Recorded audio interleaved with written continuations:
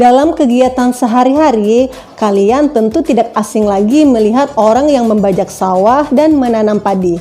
Padi yang diolah menjadi beras dijual kepada agen.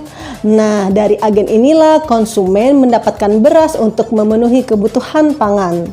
Dalam ekonomi di masyarakat dikenal 3 kegiatan, yaitu produksi, distribusi, dan konsumsi terhadap barang dan jasa.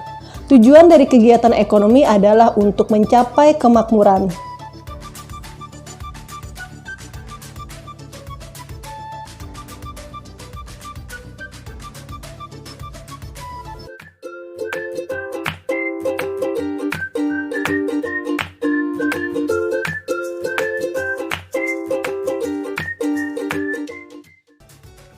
Pelaku ekonomi adalah orang atau lembaga yang melakukan kegiatan ekonomi.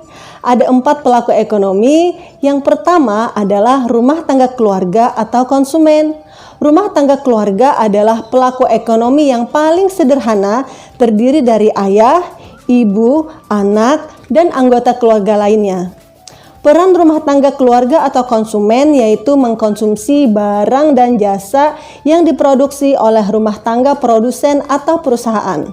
Jadi ketika kalian mengikuti bimbingan belajar atau berbelanja di minimarket, pasar tradisional, itu artinya kalian telah melakukan kegiatan ekonomi konsumsi sebagai rumah tangga keluarga. Peran yang kedua dari rumah tangga konsumen adalah sebagai penyedia faktor produksi. Untuk menciptakan barang dan jasa dibutuhkan berbagai macam faktor produksi.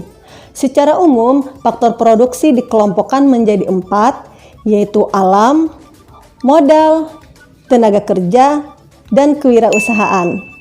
Untuk mempermudah kalian memahami mengenai faktor produksi, yuk simak uraian berikut. Faktor produksi yang pertama yaitu alam. Faktor produksi alam adalah segala sesuatu yang disediakan oleh alam untuk digunakan sebagai faktor pendukung produksi barang dan jasa. Pemilik lahan berperan sebagai pemasok faktor produksi alam kepada perusahaan. Sebagai imbalannya, ia mendapat balas jasa berupa sewa atas faktor produksi yang ditawarkan. Faktor produksi yang kedua adalah modal, terdiri atas barang modal dan uang.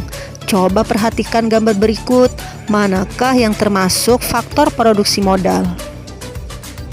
Faktor produksi yang ketiga adalah faktor produksi tenaga kerja. Dokter adalah orang yang mengobati orang sakit. Teknisi, orang yang bekerja di bidang teknik. Mereka adalah contoh faktor produksi tenaga kerja. Mereka akan memperoleh balas jasa berupa upah atau gaji. Faktor produksi yang keempat adalah kewirausahaan. Pelaku kewirausahaan disebut dengan seorang wirausahawan. Seorang wirausahawan akan mendapat balas jasa berupa keuntungan atau laba dari usaha yang dijalankan.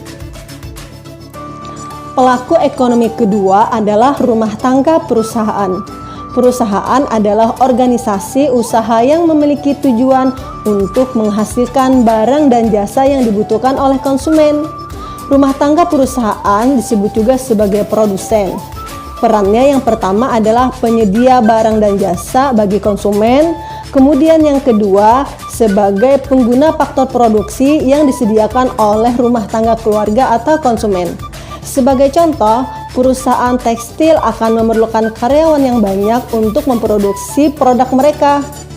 Nah, sebagai balas jasanya, perusahaan akan memberikan upah atau gaji kepada karyawan. Demikian pembelajaran hari ini. Sampai jumpa di video pembelajaran berikutnya. Assalamualaikum warahmatullahi wabarakatuh. Dadah.